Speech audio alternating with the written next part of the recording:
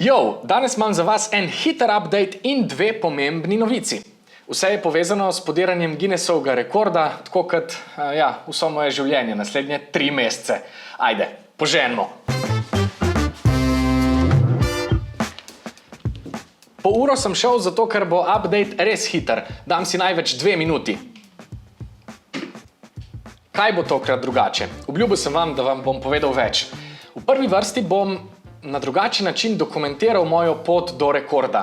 Ne bom več realno časovno govoril, kaj se dogaja in kakšni so moji cilji, ampak vam bom povedal en širši oris, potem vam bom pa za nazaj sporočal, kaj in kako mi je šlo. Zato, da si ne ustvarjam nepotrebnega pritiska, tako da boste malo v temi, ko pa podrem rekord, bom to seveda takoj najavil in od veselja skakal naokrog.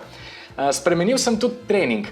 Zdaj treniram veliko bolj segmentirano, se pravi, treniram vsako malenkost posebej, ker rezultat, ki ga lovim, je zdaj že precej daleč in zahteven. Kaj to konkretno pomeni? Zdaj sem zadnje 3 mesece recimo treniral samo držanje sape in če spremljate moj Instagram, ste videli, da sem prišel do 6 minut in pol, kar je bil moj cilj.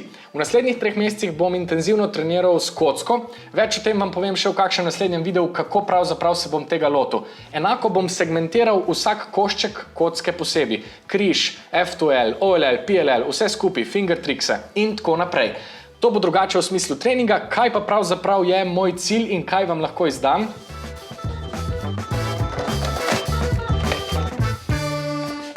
Tokrat bom pod vodo poskušal sestaviti, še ena mi manjka, 11 kock.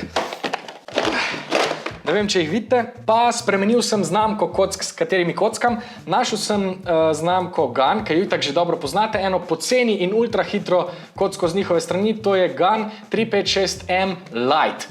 Stane približno 30 €, šibaka formula, zame je vrhunska, tako da je to sprememba opreme in kot vidite, bom pod vodo poskušal sestaviti 11 kock.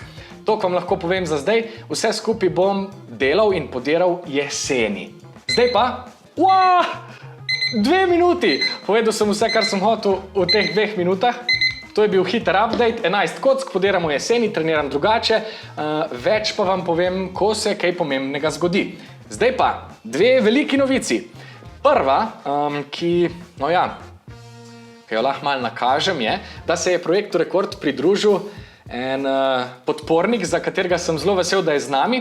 Več o tem vam povem v kratkem, ali že konec tega meseca ali pa jeseni. Vesel sem, da sem dobil še dodatno podporo, ker mislim, da mi bo to pomagalo, da dosežem svoje cilje.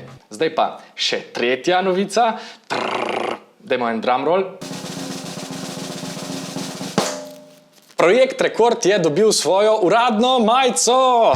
Tukaj je, več informacij o njej lahko najdete na spletni strani nixkrlec.com, poševnica majice.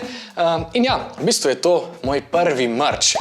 Naročite jo lahko do 23. junija, pobiramo naročila po sistemu prednaročil, torej kdor jo naroči do takrat, jo bo dobil. Majice so res hude, jaz jih zdaj nosim že kakšen teden.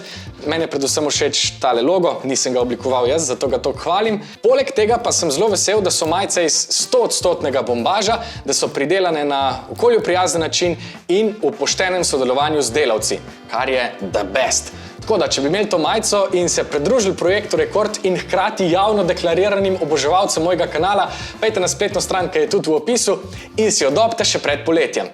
To sta bili obe novici in update. Kaj mislite glede vsega? Povejte mi po pravici, a se vam zdi, da mi bo tokrat ratal? Jaz mislim, da mi bo. Tako da to je bilo z moje strani za ta teden vse. Se gledamo naslednjo sredo.